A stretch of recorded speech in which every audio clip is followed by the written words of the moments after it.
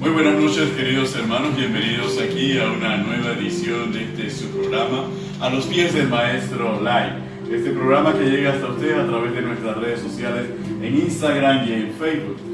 En esta noche vamos a darle continuidad al tema que iniciásemos en nuestro primer programa inaugural, relativo a la promesa establecida en el capítulo 12, versículo 1 al 3 del libro de Génesis, la promesa de Abraham, que se hace una realidad sobre la vida de todos nosotros como creyentes en Cristo Jesús.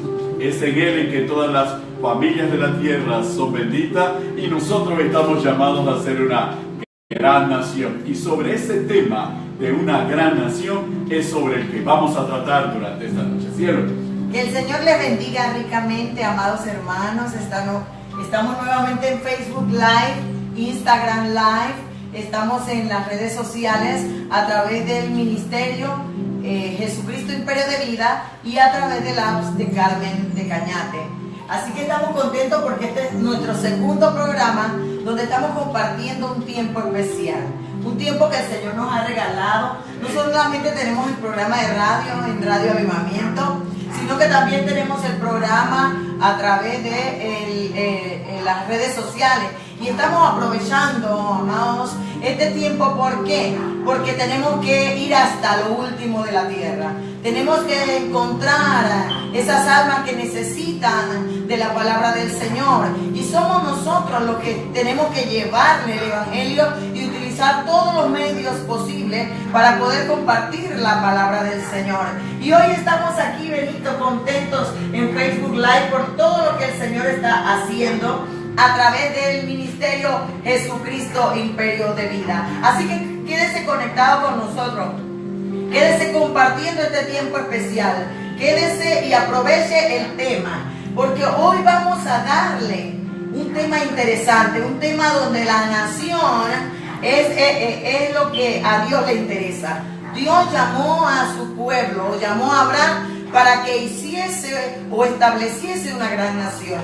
Así que quédate con nosotros conectados porque tenemos un tema importante, un tema especial de parte del Señor Benito. Así es, queridos hermanos, y para entrar directamente en materia, vámonos a ese capítulo 12 del libro de Génesis y vamos a estar dando lectura a los versículos 1 al versículo 3. Y vamos a hacer énfasis exclusivamente en el versículo 2. La palabra nos dice en ese capítulo 2 del libro de Génesis: pero Jehová había dicho a Abraham, vete de tu tierra y de tu parentela y de la casa de tu padre a la tierra que te mostraré. Y haré de ti una gran nación, y te bendeciré y engrandeceré tu nombre, y serás bendición. Bendeciré a los que te bendijeren, y a los que te maldijeren maldeciré, y serán benditas en ti todas las familias de la tierra. Cuando en ese capítulo, en ese verso 2 de este capítulo 12 del libro de Génesis, Dios le dice a Abraham: y haré de ti una nación grande, y te bendeciré, y engrandeceré tu nombre, y serás bendición. Nosotros nos damos cuenta que Dios está dándole la descripción de todo un programa de desarrollo que va a ser a través de Abraham y de su descendencia. Dios en su infinita sabiduría tenía planificado de esos lomos, de ese hombre que le obedecía en fe, levantar una gran nación. No cualquier nación, una nación grande, una nación diferente, una nación que marcaría la historia de la humanidad, una nación que sería un ejemplo a seguir por el resto de los pueblos que se levantarían o aquellos que ya se habían levantado anteriormente. Y es interesante porque esa gran nación tiene un propósito fundamental. Eso no significaba que en el tiempo de Abraham no existiesen naciones. Claro que existían naciones. De hecho, Abraham sale de Ur, de los caldeos, lo que significa que existía la gran nación caldea. Pero esta nación que Dios iba a levantar de los lomos de Abraham sería una nación diferente y marcaría al hombre la manera de cómo debe conducirse en la presencia del Señor. Por eso, cielo, cuando iniciamos y tocamos directamente el término nación, que es muy conocido en el castellano, porque hablamos de nación de aquí para allá y lo referimos de diversas formas. Seguramente nuestros nuestros seguidores, aquellos que están conectados a las redes sociales, habrán oído los términos de nación, los términos de Estado, los términos de gobierno, los términos de tribu, etcétera, etcétera. Pero el término que nosotros vamos a ver es conforme a lo que la palabra nos va a iluminar y nos va a guiar. Y por eso hablamos de nación en el término en hebreo que significa goy. Y el término hebreo de goy es un término que es su mayor similitud dentro del Antiguo Testamento es principado. Cada vez que hablamos de un principado, estamos hablando de una nación.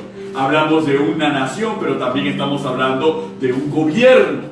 Y un gobierno es uno de los elementos fundamentales de la nación que Dios habría de levantar de los lomos de Abraham. Y eso es interesante porque, como vimos en el primer programa, en ese capítulo 4, versículo 6 del libro de Deuteronomio, nos dice por qué Israel sería una nación grande. Porque tendría leyes, tendría estatutos, tendría ordenanza y un Dios grande que estaría con ella y que la gobernaría y que la dirigiría. ¿Sí? Claro, es interesante compartir este tema porque desde el inicio Dios quiso un pueblo que le representase a Él. Cuando Dios crea al hombre, lo crea a su imagen. Lo crea, y yo siempre señalo esto, Benito, a mis estudiantes, porque es lo que tenemos que nosotros tener claro. Uno de los principios que el ser humano o los hijos de Dios tienen que tener claro es el principio de identidad. Así es. Dios desde el principio nos creó con una identidad particular, con una identidad con rasgos característicos diferentes uno del otro. Todos nosotros, hay millones de personas en el mundo, pero no todos tenemos la misma huella dactilar. Hay millones de personas en el mundo y no tienen la misma dentadura, no tienen el mismo cielo de la boca. Eso quiere decir que Dios nos hizo únicos, nos hizo diferentes, nos hizo con diferentes capacidades, dones, talentos, para que pudiésemos representarlo a Él de una manera particular. Así es. El hombre por el pecado falla en ese plan de Dios y lo distorsiona con el pecado. Pero Dios sigue perseverando en su plan y agarra a un pequeño hombre de un pueblo pagano como Ur, allá en Mesopotamia, y decide elegir a este vaso para de esos lomos formar la nación que en principio quiso tener. Porque cuando nosotros vemos en el Génesis, dice la palabra que Él creó al hombre con señorío, creó al hombre con gobierno, con autoridad, con dominio y poder, para establecer esa nación, para establecer ese pueblo que hiciese, que representase a Dios en la tierra, para que gobernase sobre todas las cosas.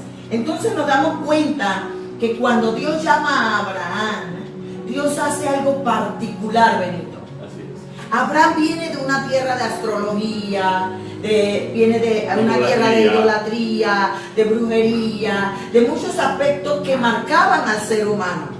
Pero cuando Dios llama a Abraham, le da un mandato en particular: vete de tu tierra y de tu parentela y de la casa de tu padre a la tierra que yo te mostraré. Le da un mandato de dejar a un lado todo lo que Abraham había conocido, todo lo que Abraham era, para empezar a hacer lo que Dios quería que él fuera, y para establecer esa nación que Dios quería que se estableciera. Por eso Dios tiene que marcar a Abraham de una manera tan especial para darle la identidad que tenía que tener Abraham para poder formar una nación conforme a las leyes de Dios, conforme a los estatutos y mandamientos de Dios. Eso va a implicar durante todo este desarrollo varias etapas. La etapa fundamental que nosotros estamos viendo esta noche tiene que ver con ese capítulo 12 del libro de Génesis. Pero a partir de ese capítulo 12 del libro de Génesis, nosotros vamos a ver cómo el plan de Dios empieza a tener y a definirse en lo que es la definición de una nación grande. Eso nos va a llevar directamente hasta Egipto, y eso nos va a llevar a ese desierto en el Sinaí, y ese desierto que está cerca de la tierra de Canaán. ¿Por qué? Porque la promesa de hacer de él una nación grande se iba a cumplir precisamente con el pueblo de Israel. A través de esa descendencia, a través de Isaac, a través de Jacob, a través de la emigración de Jacob y de sus hijos hasta Egipto. Todos conocemos la historia de José. ¿Y cuál es el propósito de que José forme parte del gobierno de una nación que en ese momento se consideraba la nación más grande sobre la tierra, que era fundamentalmente la nación de Egipto, el imperio más poderoso de esa época?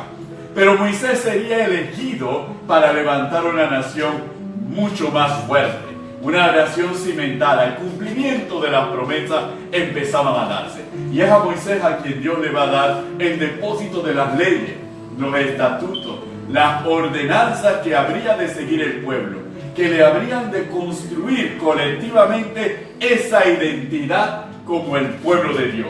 Ese concepto de Israel que persiste hasta nuestros días sería definido especialmente a partir de esa obra que se va a desarrollar en el monte Sinaí y que se empieza a constituir esa nación. Dios le empieza a dar al pueblo un gobierno, y ese gobierno está fundado en leyes, y ese gobierno está fundado en principios, y esos principios y esas leyes, como bien nos señala Carmen, definen la identidad de aquellos hombres que andan bajo esos principios y bajo esas leyes, no como las otras naciones del mundo señalan en las Escrituras, sino de una manera diferente, una nación apartada, una nación santa. Y esa nación para este tiempo somos nosotros, es usted y somos nosotros, el pueblo de Dios, el que ha sido elegido por Dios.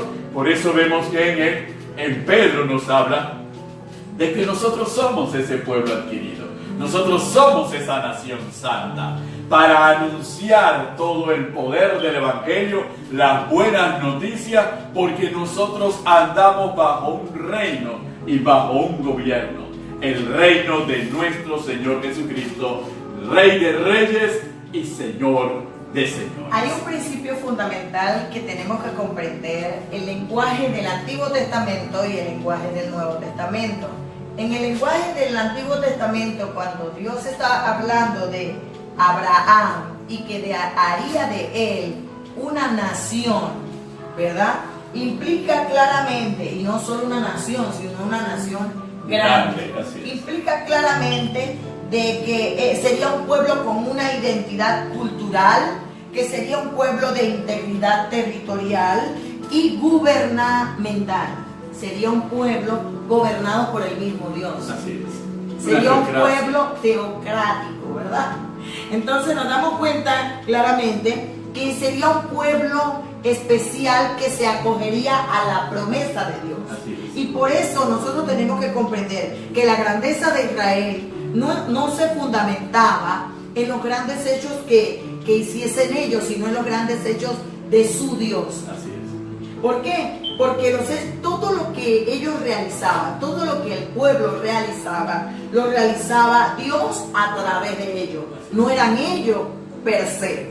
Entonces nos damos cuenta, cuando nosotros nos vamos al libro de Deuteronomio, Dios explica claramente su propósito con su pueblo o con esta nación grande que saldría de los lomos de Abraham. Dice, porque tú eres, mira lo que le dice desde el capítulo 7, verso 1 de Deuteronomio, le dice Dios a Israel: cuando Jehová tu Dios te ha introducido en la tierra en la cual entrarás para tomarla, y haya echado de delante de ti a muchas naciones, al Eteo, al Gergeseo, al Amorreo, al Cananeo, al Pereceo, al Ebeo y al Jebuseo, 7 naciones mayores y más poderosas que tú, que era lo que tú decías, Benito, en antes, que no era que no había naciones, había naciones más poderosas y mayores que el pueblo de Israel. Pero dice, y Jehová tu Dios te haya entregado delante de ti y las haya derrotado. Mira que no lo hace Israel. Es Dios el que derrota a las naciones. Es Dios el que le entrega esa tierra a Israel. Y le dice, y le da mandatos. Y le dice, las destruirás del todo. No harás con ellas alianzas.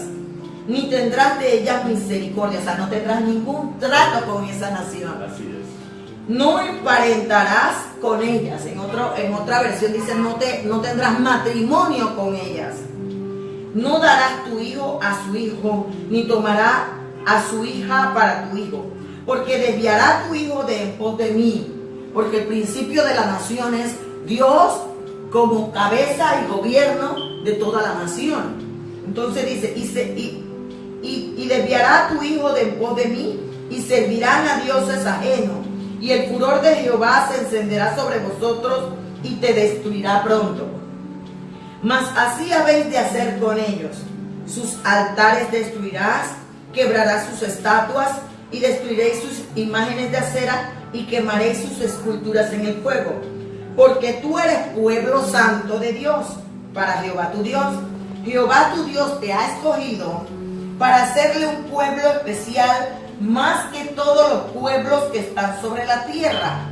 No por ser vosotros más que todos los pueblos os ha querido Jehová y os ha escogido, pues vosotros eras el más insignificante de todos los pueblos, sino por cuanto Jehová os amó y quiso guardar el juramento que juró a vuestros padres, y os ha sacado Jehová con mano poderosa, y os ha rescatado de servidumbre y de la mano del faraón, rey de Egipto. Entonces aquí nos explica claramente que la verdad era que era un pueblo insignificante, era un pueblo pequeño, había comenzado a ser una nación, no por ser enorme o no porque ellos eran algo wow, no, simplemente que a Dios le plació hacer de ese pueblo insignificante el pueblo de Dios, la nación de Dios. Entonces es importante, ¿por qué? Porque de Abraham nace todas las cosas que Dios ha querido hacer con la humanidad. De Abraham, ¿por qué de Abraham? Porque lo intentó con Adán y Eva y no se logró.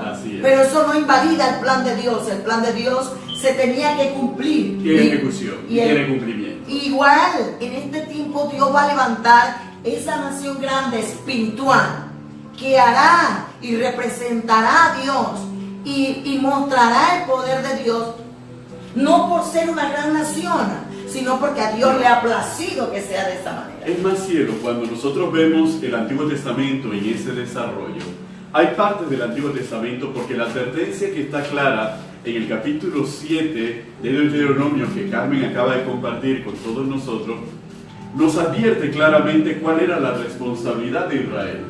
Y la responsabilidad de Israel se centraba fundamentalmente en irse contra las creencias de esas naciones que Dios echaría delante de ella.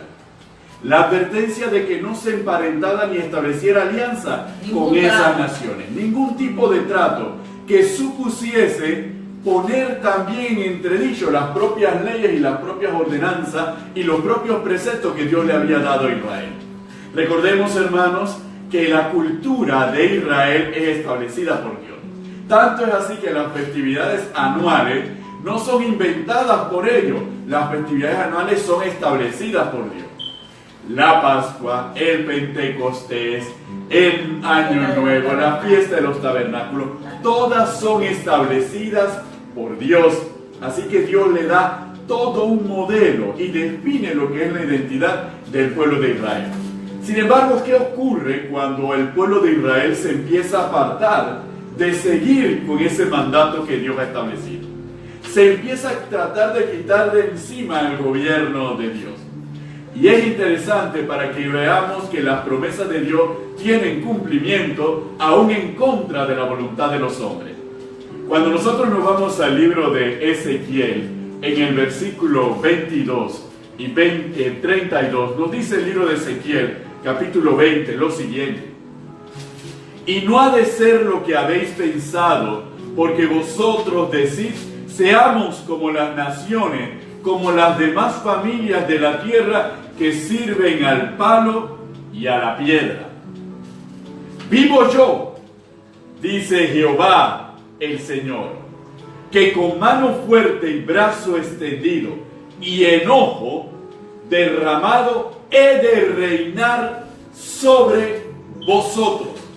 Porque el plan de Dios, hermanos, tiene cumplimiento. Y tiene cumplimiento sobre lo que Él ha elegido. El pueblo de Israel se había apartado, el pueblo de Israel se había emparentado, había hecho alianza y es más, había exclamado: seamos como esas otras naciones y seamos como esas otras familias. Es decir, ya no querían ser la gran nación que Dios le había prometido, ya no querían ser benditas las familias en ellos, sino que ellos querían ser iguales a esas naciones que Dios le había dicho que debían haber desechado. Pero Dios le declara en una forma contundente que Él, con mano fuerte y brazo extendido y enojo derramado, he de reinar sobre vosotros.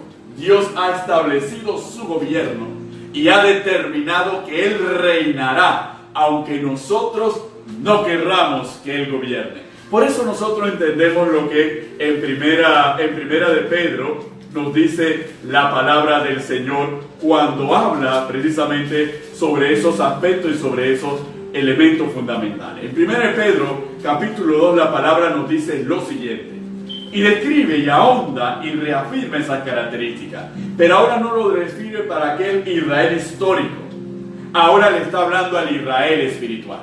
Y ese Israel espiritual somos nosotros, la iglesia.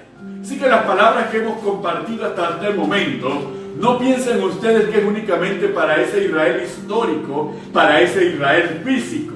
Esas palabras son para nosotros, la iglesia, el Israel espiritual. Y escribe Pedro por el Espíritu Santo en el capítulo 2, verso 9 en adelante, lo siguiente: mas vosotros, ¿quiénes? La iglesia.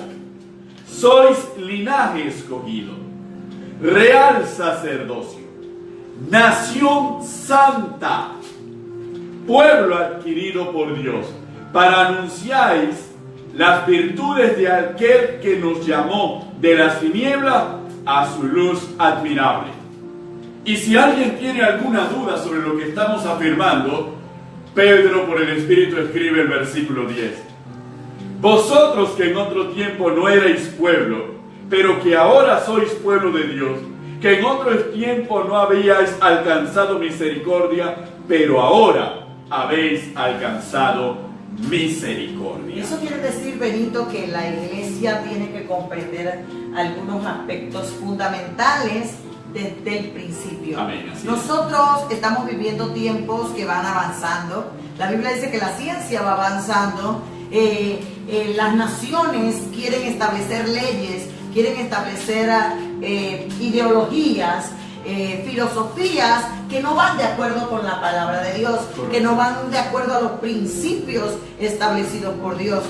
La iglesia, como pueblo de Dios, tiene que comprender que nosotros no podemos emparentar con las demás naciones, que nosotros somos una nación especial que Dios ha establecido para que marquemos la diferencia y para que establezcamos su palabra y el gobierno de Dios. Amén. Entonces eso quiere decir que esta palabra que Dios le dio a Abraham se cumple en Cristo y se cumple en la iglesia de este tiempo. Amén. En donde nosotros tenemos que destruir. La iglesia tiene que levantarse y hacerse sentir. El pueblo de Dios, como pueblo, como una nación santa, tiene que hacerse sentir. La iglesia tiene que salir de las cuatro paredes y mostrar al Dios que sirve. Mostrar a las demás naciones en la grandeza del poder que nosotros tenemos. No por nosotros, sino por el Dios al que servimos. ¿Y por qué te lo digo, Benito? Porque uno de los aspectos fundamentales que Dios le mostró a Abraham en el término goy, porque el principio fundamental del pueblo judío, cuando se habla de nación, por eso que usted ve que los judíos van a las diferentes naciones, pero no se mezclan. Correcto. Ellos tienen sus propias normas, sus propias leyes, sus propios días festivos. Ellos no celebran los días de otros pueblos, ellos celebran sus días establecidos por Dios en su palabra.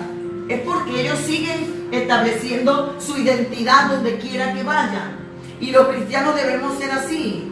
No porque estamos en un trabajo secular, nosotros vamos a emparentar con lo secular. Nosotros tenemos que demostrar con nuestra identidad, donde quiera que vayamos, que somos la nación grande que Dios ha establecido. En Cristo Jesús. Amén. Y uno de los principios fundamentales es que el término Goy es el término de identidad territorial. La iglesia como pueblo de Dios tiene que tener una identidad territorial. Debe saber que tiene derechos y tiene herencia, tiene posesiones que adquirir de parte de Dios, que no se las podemos negociar con las demás naciones, aun cuando sean mayores y más poderosas. No pueden ser ni mayores ni más poderosos que el Dios al que nosotros servimos. Amén. Entonces, eso quiere decir que lo que los israelitas comprendían era que ellos eran un grupo de personas que son unidos, tienen una unidad en cuanto a su origen, su idioma, la tierra, las leyes y el gobierno. El pueblo de Dios, la iglesia de Dios, debe comprender que tenemos que estar unidos por el mismo Dios, por el mismo origen en Cristo, por las mismas leyes, por el mismo idioma. ¿Cuál es el idioma de nosotros como iglesia? La palabra de Dios. Por el mismo gobierno. Cuando hablamos del gobierno, estamos hablando de un sistema de estatutos, de principios, de valores que son diferentes.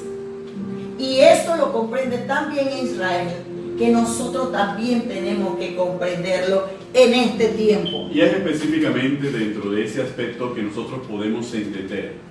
Hermanos, cuando nosotros leemos las epístolas paulinas, por ejemplo, nos damos cuenta que la gran preocupación de Pablo, y si nos vamos a las epístolas de Juan, la gran preocupación de Pablo, la preocupación de Pedro y la preocupación de los apóstoles era precisamente el punto de la identidad, porque ellos estaban levantando a la iglesia en medio de un pueblo entregado a la idolatría y al paganismo. Así es. En medio de un pueblo entregado a las ciencias ocultas, en medio de un pueblo entregado al arte de la guerra y a la filosofía.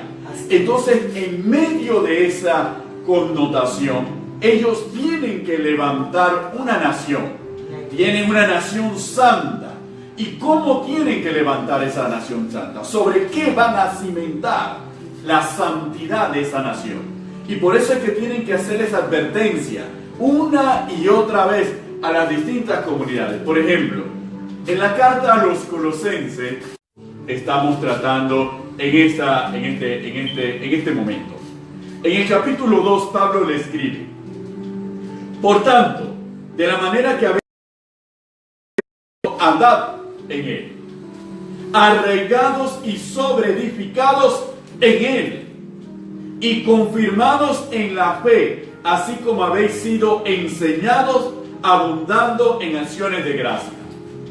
Mirad que nadie os engañe por medio de filosofías y huecas sutilezas, según las tradiciones de los hombres, conforme a los rudimentos del mundo, y no según Cristo, porque en él habita corporalmente toda la plenitud de la deidad, y vosotros estáis completos en él, que es la cabeza de todo principado y potestad, gobierno y señorío.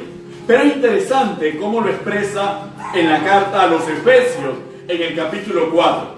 ¿Y por qué? Como Carmen nos ha compartido, es necesario que nosotros nos movamos en unidad. Porque una nación se tiene que mover en unidad. Por eso ese capítulo 4 es una oda, es un canto a la unidad de la iglesia. Y mira cómo inicia el capítulo 4. Yo pues preso en el Señor os ruego que andéis como es digno de la vocación con que fuisteis llamados, con toda humildad y mansedumbre, soportándonos con paciencia los unos a los otros, solícitos en guardar la unidad del Espíritu en el vínculo de la paz. Un cuerpo y un espíritu, como fuisteis también llamados en una misma esperanza de vuestra vocación. Un Señor, una fe, un bautismo, un Dios y Padre de todo, el cual es sobre todos y por todos y en todos. Entonces, la palabra es contundente de la necesidad de que nosotros andemos en esa unidad. ¿Y andarán dos juntos si no estuvieren de acuerdo? Y nuestro acuerdo es sobre las verdades de la palabra. Nuestro común acuerdo es sobre las verdades de la palabra. Sobre eso se cimenta la unidad. En ese versículo 13 del capítulo 4 dirá: hasta que todos lleguemos a la unidad de la fe y del conocimiento del Hijo de Dios, a un varón perfecto, a la medida de la estatura de la plenitud de Cristo. ¿Para qué? Para que ya no seamos niños fluctuantes, llevados por doquiera por todo viento de doctrina, por estratagemas de hombres que para engañar emplean con astucia las artimañas del error. Esa es la preocupación de los apóstoles. La identidad de la iglesia, la nación santa de este tiempo, la única nación santa de este tiempo sobre la tierra es la iglesia.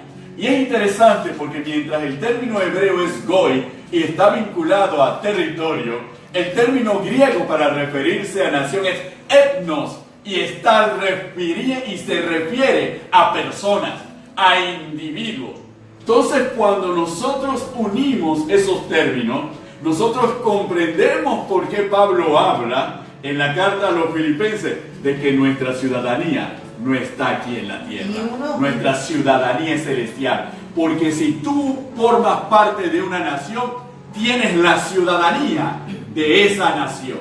Y esa ciudadanía significa que el reino de esa nación, el rey de esa nación, garantiza tu protección y tu seguridad donde quiera que estés, porque tú eres ciudadano del reino. Por eso Cristo Jesús, cuando es arrestado y Pedro le reclama y pelea, le dice: ¿tú no crees, Pedro, que yo podía clamar a mi Padre y Él enviaría una legión para que pelee a mi favor? Porque ese es el poder del reino, hermano. Hay legiones de ángeles que pelean a favor de la iglesia. Así como el Dios que hemos mencionado anteriormente mostró que Él derrotó a las naciones que se oponían a Israel, no porque Israel fuera un pueblo más fuerte, sino porque tenía un Dios fuerte. Ese mismo Dios fuerte te acompaña en ese tiempo y derrota a tus enemigos, no porque tú seas mejor que ellos, ni porque seas más inteligente o tengas más dinero o seas más fuerte, sino porque tú tienes la ciudadanía del reino. Y Él ha prometido que Él estaría con nosotros hasta el fin del mundo. ¿Cierto? Claro que sí, Benito. Es interesante porque en los programas que continuarán vamos a estar hablando un poquito más de gobierno, amén, de ciudadanía y de los derechos que muchos de ellos conocían. Por ejemplo, tú hablabas en alguno de las predicaciones anteriores en la iglesia con respecto a cómo Pablo tenía las dos ciudadanías y sabía aplicarla en un momento dado para adquirir derechos. Nosotros tenemos que comprender que tenemos dos ciudadanías. Nosotros tenemos la ciudadanía terrenal, amén, pero también tenemos la ciudadanía celestial, ¿verdad? Y muchos de nosotros nos aferramos a la terrenal y dejamos de aprovechar los derechos que como herederos de la ciudadanía celestial tenemos. Entonces es interesante este tema es amplio. Tenemos mucho que decir con respecto a Abraham, a la nación grande que Dios aún en este tiempo está estableciendo a través de la iglesia. Amén. Y me interesa mucho lo que ha hablado sobre el término etnos, que significa gente. Pero cuando nosotros vamos a Éxodo capítulo 19, verso 4 dice: vosotros visteis lo que hice a los egipcios y cómo os tomé sobre alas de águila y os he traído a mí. Ahora pues, si diereis oído a mi voz y guardareis mi pacto, vosotros me seréis mi especial tesoro sobre todos los pueblos, porque mía es toda la tierra. Aleluya. Y vosotros me seréis un reino de sacerdote y de gente santa. Entonces allí, cuando Dios le está hablando en este tema en particular, trata de un término llamado Am. Exacto. Am significa, hablándole al pueblo de Israel, ya no de Goy. Goy es identidad territorial. Aquí le está hablando al pueblo de Israel de Am, una identidad de relación, Amén. una identidad de intimidad y de comunión, pero no por ser ellos. Se lo está hablando, ¿por qué? Porque la identidad personal que el pueblo de Israel tenía se basaba o se fundamentaba en sus antepasados. Sí. Por eso, cada vez que Israel invocaba, hablaba del Dios de Abraham, del Dios de Isaac y del Dios de Jacob. Porque la identidad del pueblo de Israel se fundamentaba en el pacto que Dios hizo con Abraham y que a través de los tiempos se fue ratificando con las siguientes generaciones para seguir estableciendo una nación. Amén. Entonces nos damos cuenta por qué entonces este pueblo o esta nación tenía que mantenerse aparte y distante de los otros pueblos. Correcto. Porque debían ser un ejemplo de verdadera santidad delante de los demás. No podía mostrarse igualito porque era uno más del montón. Este pueblo tenía que ser un pueblo diferente. Y por eso Dios agarra a Abraham, lo saca de todo lo conocido, le quita el chip de Mesopotamia y le pone el chip del reino. Aleluya. Hace de Abraham que desaprendiera para empezar a aprender a la manera de Dios. Y es lo que muchas veces Dios quiere de nosotros. ¿Por qué? Porque nosotros tenemos que comprender que vivimos bajo dos reinos. Así es. El reino terrenal, el reino celestial, porque Jesús dijo, el tiempo se ha cumplido, el reino de los cielos se ha acercado. El reino de los cielos se mueve y está entre nosotros. Hay un reino de la luz, un reino de las tinieblas. Hay un reino de Dios y el reino de Satanás. ¿Cuál reino estamos estableciendo nosotros? Aleluya. ¿Qué estamos haciendo? ¿Nos estamos mezclando o estamos siendo ese pueblo especial? Estamos siendo ese especial tesoro de parte de Dios que muestra a través de su comportamiento, a través de sus actitudes, su relación. ¿Con cuál reino? ¿Con el de Dios o con el de Satanás? ¿Con el de la luz o con el de las tinieblas? Porque hay una lucha, Benito. Exactamente. Y la Biblia dice en ese mismo libro de Colosenses que Dios nos ha librado de las tinieblas y nos ha trasladado al reino de su Hijo amado, en quien tenemos redención por su sangre, el perdón de los pecados. Eso quiere decir que nosotros tenemos que comprender que el reino al cual nosotros pertenecemos es el de Dios. Y cuando nosotros pertenecemos a ese reino, dice que ese reino es de gente, de sacerdotes y gente santa. Una persona, gente con identidad. Amén. Gente con rasgos que los caracteriza y muestran la manifestación del reino al cual pertenece. Si tú andas en pecado, si yo ando en pecado, yo muestro el reino de pecado, de muerte, el reino de tinieblas. Pero si yo vivo una vida santa, una vida de gente santa y sacerdocio, yo muestro el reino al cual pertenezco. Amén. Al reino de la luz, al reino de Dios y al reino de vida. Amén. Y eso es fundamental porque cuando Jesús, el Cristo resucitado, en los días que estuvo después de la resurrección, andando aquí en la tierra, le dijo a los discípulos que convenía que Él se fuera, porque si no venía, si no se iba, no vendría el otro consolador, el que ayudaría al pueblo de Dios a hacer lo que Dios había establecido, el que ayudaría al pueblo de Dios a hacer lo que Dios quería que fuese, a que ayudaría a establecer el plan que desde el principio. ¿Por qué? Porque el final será como el principio. Gloria a Dios. El final del pueblo de Dios será como al principio.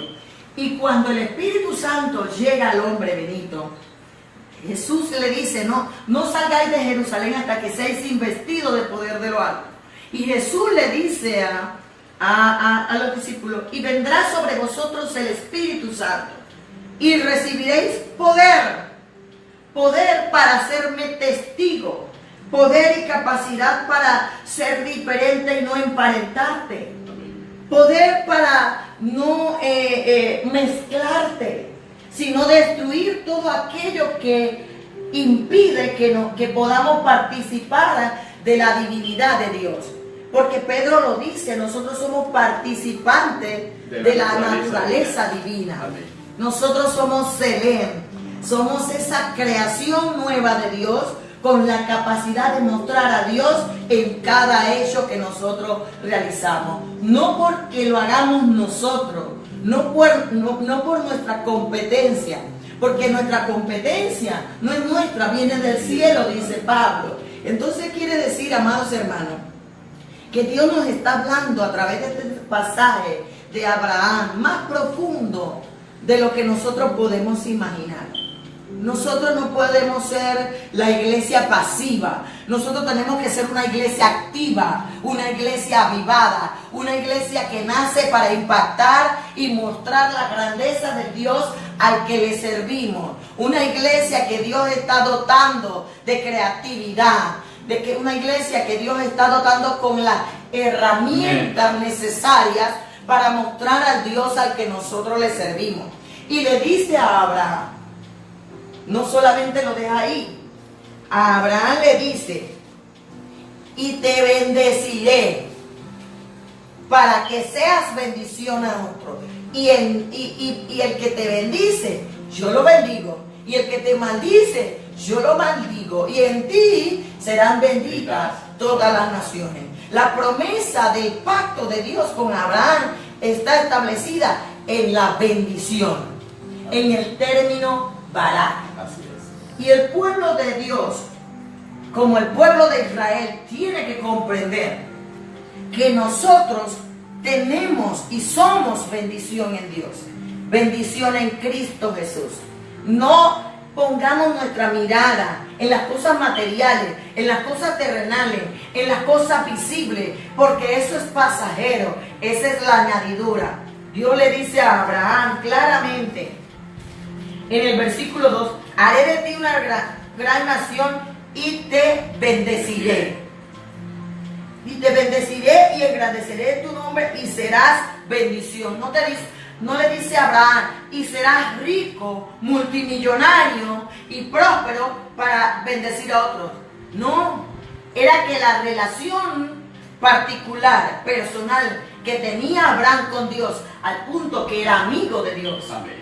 Así lo llama. Lo hacía ser bendición, para que entonces alcanzase las bendiciones para bendecir a otros. Amén. Porque nosotros tenemos que comprender que Barak significa recibir la bendición o ser bendecido, entonces poder bendecir a otros. Aleluya. Porque no tiene que ver con cosas materiales, es con la persona. Y yo le decía a los estudiantes, por eso que Abraham le dijo a Lot, ¿sabe que agarra lo que tú quieras? Aquí está esta tierra y aquí está todo. ¿Cuál quieres tú? Porque Abraham sabía que aún en el desierto, aún en la tierra más árida, aún en la cosa más muerta, como la bendición, el Dios que estaba dentro de él lo acompañaba. Donde él estuviese, se iba a convertir en fructificación y multiplicación, no por Abraham, sino por el Dios de Abraham. Aleluya. Y lo vemos plenamente cumplido a lo largo de toda la palabra. Lo vemos en diversos personajes. José fue bendición donde quiera que estuviera, porque comprendía exactamente cuál era la promesa. Daniel fue bendición, no importara quién gobernaba Babilonia o Medo-Persia, no importara, él siempre sería bendición. Pablo sería bendición. En la ciudad y aún en la cárcel sería bendición. Así es. Porque aún en la cárcel con el cepo, Pablo fue de bendición para el carcelero y para su familia. Lo que significa que la bendición está con nosotros. La bendición no depende del cálculo que nosotros hagamos de las cosas externas. Los hombres sin Dios calculan. Los hombres sin Dios programan. Los hombres sin Dios dicen, si se reúnen esas condiciones, el negocio será próspero. Pero los hombres con Dios no calculan, porque saben que la bendición de Dios está sobre ellos. Por eso no importaba donde Isaac abriera el pozo. Así es. Siempre y cuando el pozo lo abriese Isaac. Esa era la clave. No importaba el lugar, importaba la persona. Y ustedes, hermanos, lo han sentido de una u otra manera. No importa en el lugar en que te pongan en tu sitio de trabajo. El sitio de trabajo y el lugar donde te pongan será bendito porque tú eres bendición. Y ocurrirá lo que ocurría con Abimelech e Isaac. Cuando veía que abría el pozo, entonces iba y reñía por el pozo y le quitaba el pozo. Así iba sucesivamente porque pensaba que era en la tierra donde estaba la bendición. No, al final reconoce, indudablemente Jehová está contigo, porque donde tú quieras que vayas, ahí está la bendición. Es igualmente el concepto que nosotros como hijos de Dios tenemos que tener. Y eso forma parte de la identidad. Saber quiénes somos en Cristo Jesús. Saber que la bendición no depende de cosas externas. La bendición depende de nuestra relación con Dios. Depende del amor que le tengamos a Dios. Depende de la obediencia que tengamos a Dios. Por eso sabemos que podemos hacer río en medio del desierto. ¿Por qué? Porque el desierto no determina mi suerte, sino la bendición que ha sido proclamada sobre mí es lo que determina lo que va a ocurrir y lo que va a acontecer. Por eso que en ese capítulo 28 de Deuteronomio dice que serás bendito en el campo y serás bendito en la ciudad y será bendita la obra de tus manos. No importa el material que agarre, será bendito porque lo agarraste tú y lo desarrollaste tú. Entonces nosotros tenemos que estar claros sobre ese elemento. Y otro elemento sobre el que tenemos que estar claros es que existen dos reinos.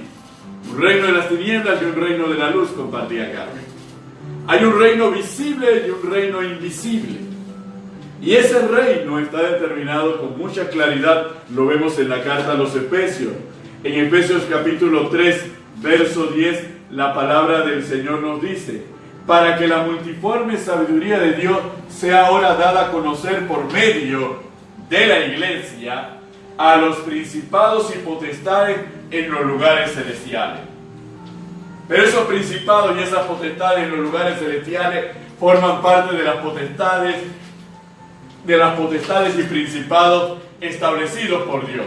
Pero el mismo Efesios capítulo 6 verso 12 nos dice lo siguiente: porque no tenemos lucha contra sangre y carne, sino contra principados, contra potestades, contra los gobernadores en las regiones de las tinieblas de este siglo, contra huestes espirituales de maldad en las regiones celestes. Entonces hay un reino invisible establecido por Dios y hay un reino invisible regentado por Satanás. Pero todo el señorío está en manos de nuestro Dios y Padre Todopoderoso, porque ese poder le ha sido dado a la iglesia. Nuestro Señor Jesucristo en el capítulo 28 del Evangelio de Mateo se recoge la siguiente frase: toda potestad me es dada en los cielos y en la tierra. ¿Y la delega en quién? En nosotros de la iglesia. Nosotros somos ese reino en la tierra. Cada vez que la iglesia se mueve en obediencia, cada vez que la iglesia se mueve en amor, se mueve de acuerdo a su identidad en Cristo Jesús, el reino de los cielos se está moviendo. Por eso es que la palabra nos habla y tenemos la responsabilidad de predicar este evangelio del reino. Este evangelio cimentado sobre estas verdades, sobre esta palabra. No es cualquier evangelio. No es el evangelio que me parece a mí. No es el evangelio que le parece al otro. Es el evangelio del reino. Aquel evangelio que tiene por cabeza a Cristo Jesús. Y aquel evangelio que está cimentado sobre mandamientos y sobre mejores promesas.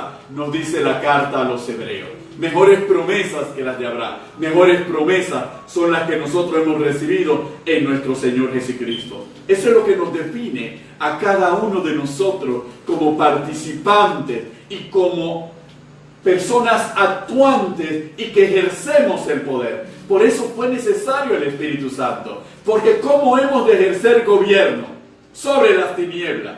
Porque las tinieblas tienen atadas a muchas personas por el pecado, por la enfermedad, por el vicio, por la filosofía, por la falsa doctrina, por la idolatría. ¿Cómo podemos desatar a las personas de la esclavitud? De la misma manera que nosotros fuimos desatados, a través del poder del Espíritu Santo. Porque un reino necesita tener poder. El poder es la coactividad, la capacidad que tiene el reino de imponer sus decisiones, porque tiene suficiente poder para hacerlas imponer. Por eso cuando tú declaras en el nombre de Jesús que eres libre, es porque eres libre, porque lo declaras en el nombre que es sobre todo nombre y ante el cual toda rodilla se dobla, en los cielos, en la tierra y debajo de la tierra. Porque nuestro